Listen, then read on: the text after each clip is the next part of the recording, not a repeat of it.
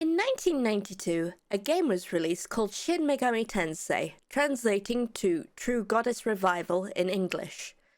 You initially follow a young man going about his daily life in Tokyo until he receives an email stating that a portal to hell has opened up and demons are taking over the world. Tokyo is placed under martial law and the young man is thrown into jail, accused of murder.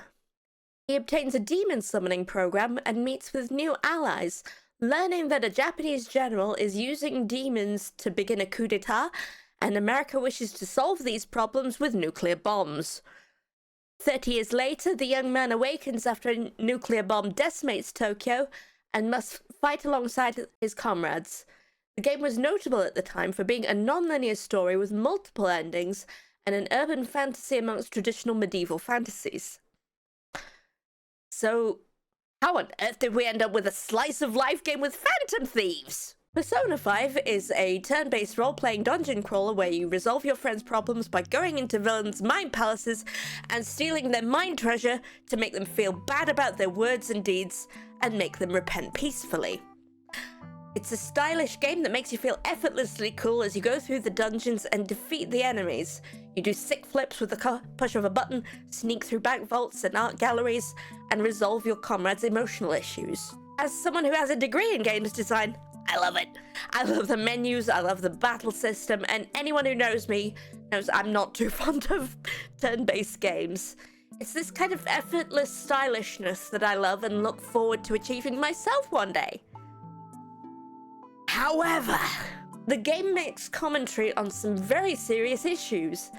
Ann Takamaki is a 16/17-year-old who is sexualized for being a half-foreigner and is targeted by a perverted teacher with a positive reputation for being a former Olympic athlete. This could have been a very powerful story of a teenage girl being able to take back her agency in a horrible situation. But then the way the camera frames her, the way she gets dressed, and the way even her friends look at her fucks that over. Her story is about not being forcefully objectified, but then that happens anyway. I get very emotional over this topic because I was once that teenage girl who was sexualized against her will. I dressed very modestly and vilified the people and the characters in media who dress sexy. Eventually, I grew up and realized that sexiness isn't a moral flaw, and there is a difference between being sexual and being sexualized. Allow me to teach you. Being sexual is an active choice that a person makes for themselves. They can do it as and when they please, they can dress sexy and or have an interest in sex.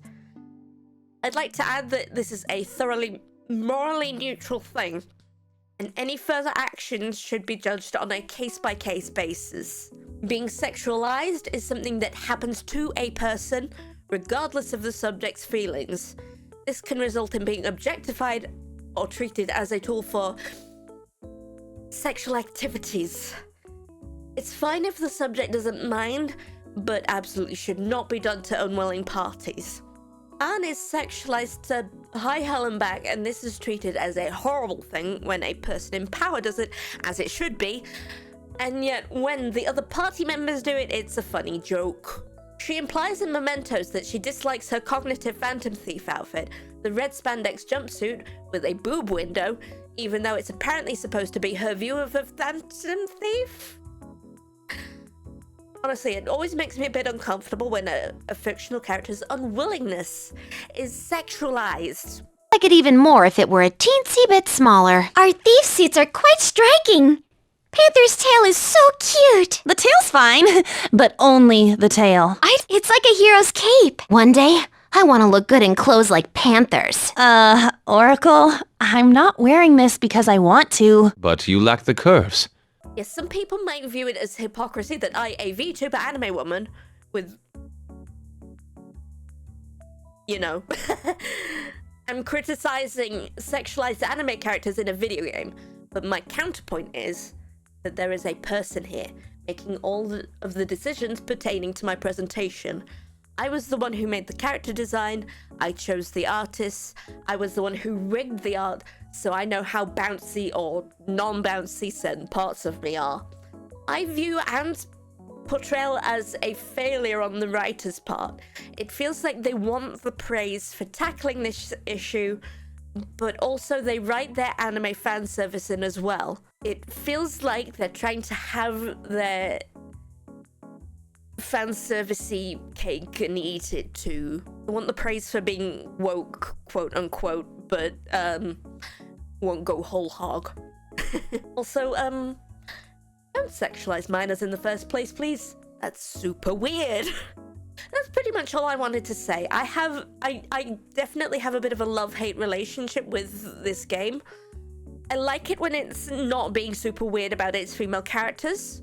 There was probably a way to have there was probably a way to have her dress a certain way because she apparently likes the female villain in a cartoon from when she was little. And there's probably a non-weird way to do that. I don't know.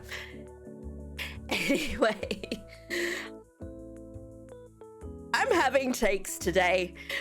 Thank you for watching. I hope you like and subscribe. Yeah, bye.